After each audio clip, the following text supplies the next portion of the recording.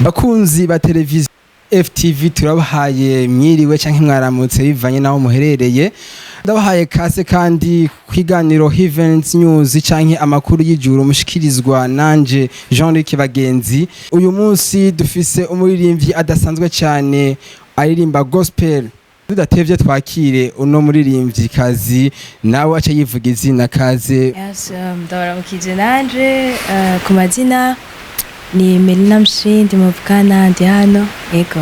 Melina Mshindi, mbega utazi indirimbo yiwe nk'utamuzi akaradukurikirana kuri DFTV ni yahe indirimbo Melina Mshindi yatumye iryo zina ribaho canke Melina Mshindi yitwa Melina Mshindi? En fait mu bisanzwe igihe niswe Melina Mshindi c'était en 2016 niho ryafata mu bantu benshi ariko Melina neza ndarifise Mshindi niho ryafata gose. En fait ryatanguye mu ndirimbo twakoranye na GN yitwa Feel Better ariko mu bisanzwe ari yindi avant nakoranye na Prince. Iyo Feel Better ari wanje yo nakoranye na Prince yari yo Prince yari ya Prince ariko cyo gihe yarakinyiva nari nkitwa Emeline kandi nyakira cyane siniko ngo ni mbere 2010 mbere 2011 sinda ntayibuka ariko tu iyo Melina Mshindi ryaje kumenyekana neza 2016 muri Feel Better. Ego muri Feel Better niho Melina yamenyekanye nka Mshindi Melina. Turazi uwundi muririmbyi yitwa Mshindi nyene. Mbega Mshindi ni izina ry'umuryango canke ni izina mwashize ko mwebwe nyene ubwanyu amazina yabahaye abavyeyi? Si izina ry'umuryango, si izina twashizeho ubwacu, ni izina twashiriweho. En fait Mshindi ni grand frère. Prince Mshindi nazo kuvuga Mshindi ni benshi ndazi Mike Mshindi ndazi Prince Mshindi je ndiko mvuga Prince Mshindi. Nve Prince Mshindi yarabayeho avant yuko iryo zina giwanje rifata jewe. Amaze kubaho barafite na groupe yitwa Washindi. En fait mva musanzwe bose bitwa wa Kefa Mshindi, Prince Mshindi, Alain Mshindi, Fabrice Mshindi. Mva usanga kwa Mshindi karimo. Ariko iyo groupe ntiyashoboye kubandanya kubera ko ubuzima sinzi n'ibindi. Je yaje gufata mu nyuma bivanye n'ukuntu jewe santation naguma nuvumenga na je ndiwe ico kintu menga kiramfata. En fait menga kiranyatura kuba en fait umenga birambereye kuba ndi Mshindi. Je nca binatangiye kuyumvamwo. Ca ndarihindura kuri Facebook. Candika Melina Mugisha Mshindi. Maze kuryandika bamwe baramponda bako si nuvumenga ni fierté yanje kuba nitwa gutyo sava kuba jeje nyene mpagijwe kuba nitwa Mshindi ni bon. En fait sinaraba kuvya abandi bambwira kaco gisene bwashiki no kundoto zanje hama après niho naze numva ababanyi baguma banyita Mshindi mdogera Mshindi ya icarira fata rero. Ego Melina Mshindi, mbega ni ryari wamenye ko ufise ingabirano yo kuririmba? Je nakuriye muri famille irimba nukuri papa numuririmbyi mere nuko nyene papa numusoliste muhira musicien benshi nukuri sinumva ko nawikuriyemwo sinumva ngo namenye ryari ko ndirimba no nisanzwe nyene kabisa nisanzwe nuvumenga ndazi kuririmba nisanzwe muri uwo muryango ariko umuntu yatumye nevoluwa cane ni Floris grand frère Floris. Yes, Melina Mshindi turumvise yuko kuririmba ni ingabirano yiwe yavyisanzemwo yabivukiyemwo yavyose mu maraso. Nibambeshe mu kuri ico? Oya nuko nyene kabisa. Simbeshe na gatoya. Melina Mshindi umuririmbyi kazi w'umurundi n'umuririmbyi akunda cyane kuririmba indirimbo za raga. Sinzi ko ndamubesheye. Nuko nyene kabisa. Sinamubesheye na gato. Arakunda kuririmba umuziki wa raga. Bega Melina Mshindi niwe nunde muntu ukurikirana cyane canke wiinspira ko mu kuririmba?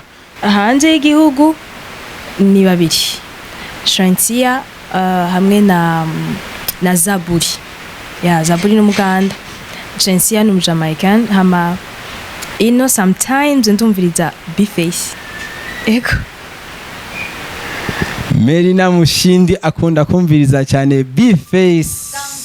Sometimes igihe kimwe kimwe arakunda kumwumviriza mbega aho nyene Melina Mshindi biremewe yuko umurimbyi arimba gospel ashobora kumviriza cyane imiziki ya profane usivye uvuze ngo ntivyemewe mwibaraba twatugenda tugerageje twambara amaekuteur y'indirimbo za gospel gusa ko hari higiye biba oblige ego en fait hari ikintu wumva ko sinovuga ngo andusha ariko nkumva ko hari ikintu peut-être no mukurako si en fait nka musicien amisho kumviza umuntu kumbe si mpaka ngo y'amajambo guca yatwara ikino ukumvisha kurusha ko kiba gihari akarorero Bface nyene afise flow nziza ya raga ya en fait afise ijwi rikomeye ariko uwombaza amajambo angaharimba nayo notora ariko uwombwira ukuntu agenda no bishobora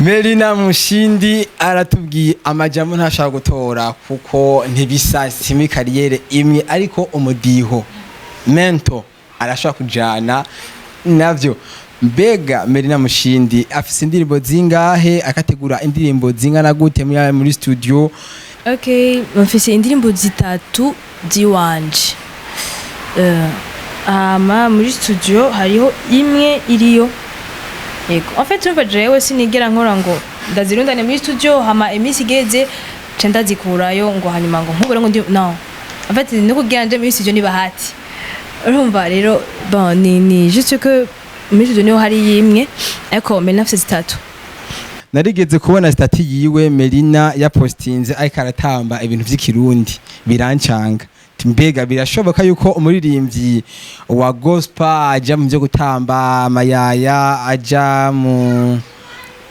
gukora ibintu by'ibiraka byo gutamba nivyo ego cyane en fait igihe cyose je sinzi ukuntu sinzi vraiment en fait igihe cyose abantu bamenga ikintu cyose kwinjiza amahera wowe ukumva ko atari icaki kwagiriza canke abantu ukumva uko bakora byakira ni bon genda ukore en fait singundi umuntu agarakazi ndatamba ikirundi ndatamba classique ndatamba drama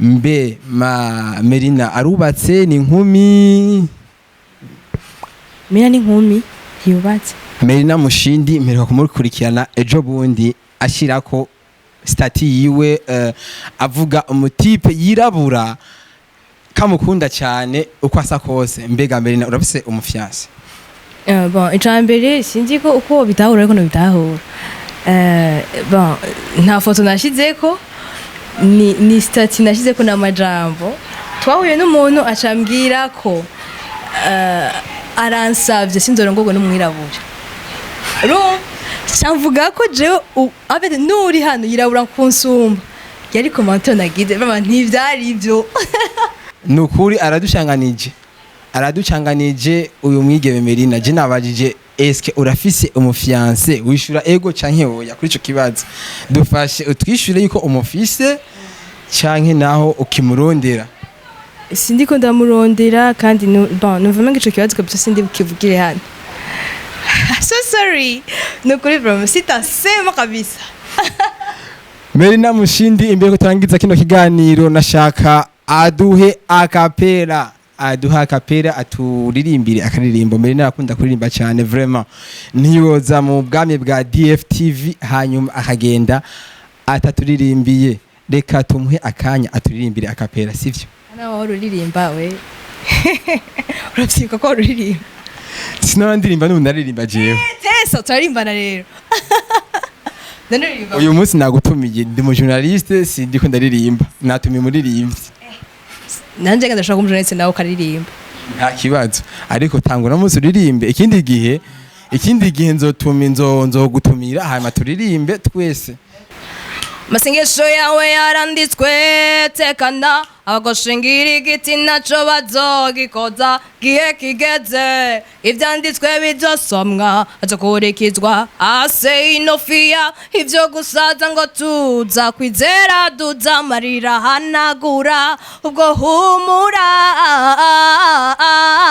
koranoro hagarara kandi nutinye faya toa mahaya muri wewe ririmba haleluya wahabuwera nkimuyera niwe yaguhaye kuba stronge yaguhaye kuba stronge. rero mbandanya nyuma nawe wenda gu Oya bakunze ikiganiro Heavens News canke amakuru y'ijuru mucanga kuri televiziyo ya DFTV.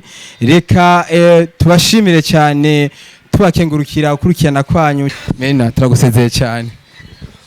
nanje ndabaseze Nukuri makoze cyane kuza ubwami bwa DFTV n'ikindi gihe twarondera ndibaze ko muzotwitaba ubutumire bwacu. Government turahari kubwanyu kabisa. Merci ciao.